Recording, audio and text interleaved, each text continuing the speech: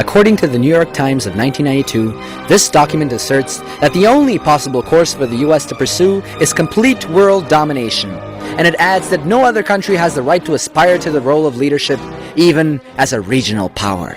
It's simply looked upon itself now as the supreme power in a unipolar world, and that they could do whatever they wanted to do.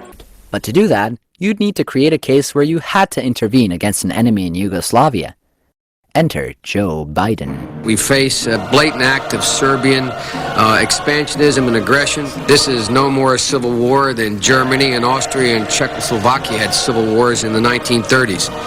This, as then in my view, is fascist thuggery on the march.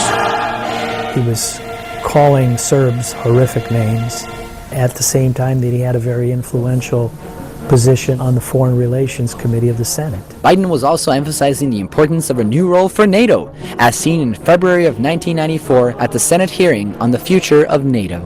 Last month, while the Allies reassured themselves in Brussels that NATO remains at the bedrock of European security, crimes of a kind that were tried in Nuremberg a half a century ago continued unabated in Bosnia. Without a common enemy to unite us, we may find that our conceptions of what constitutes national interest may very well divide us. He found the common enemy in the Serbian people, who were already previously demonized by US public relation firms such as Ruger and Finn, hired by various separatist groups from Yugoslavia. They not only demonized the Serbian leadership, they demonized the Serbian people. The problem for the Serbs was that they were a little slow off the mark. They did not understand what was being done to them, and by the time they did, the whole Balkan region had collapsed into a state of conflict in which the Serbs were made out clearly from propaganda at the time to be the enemy of everybody else. Thus, the US quickly set out to act against the Serbs, stirring up a storm in Croatia. Operation Storm, that is.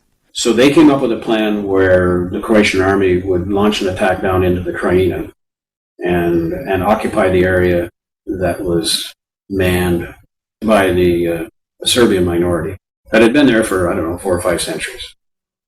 But it was declared that they were much too radical to permit to continue within the borders of Croatia.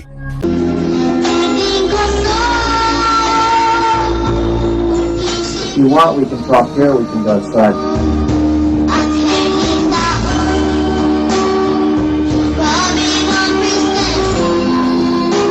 Mr. Clark, this is your group, your KLA, former fighters.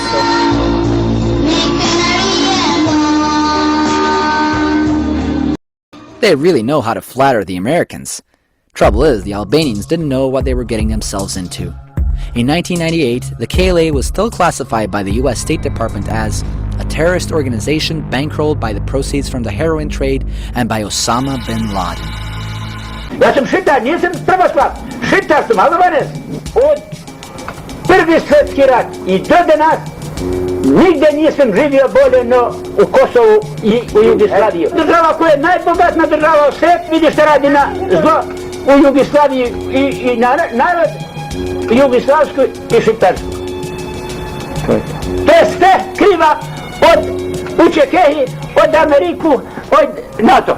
Ali oni tvrde kako pomažu Albancima, kako sprečavaju humanitarnu katastrofu. Bomba ne pomaže nikom. Nikome ne pomaže bomba.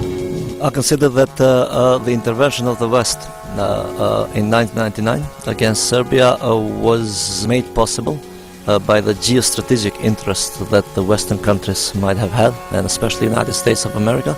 This had nothing to do with the Albanians or the Americans caring about them. Da li NATO piloti mogu iz vazduha da razlikuju traktor od tenkova vojske Jugoslavije? Mi se nalazimo na mestu, naravno 10 dana posle poznatog već pokolja koje je NATO izveo gađajući civilnu kolonu izbeglica Šiptara sa Kosmeta. That's right, NATO killed Albanian civilians too. Lots of them.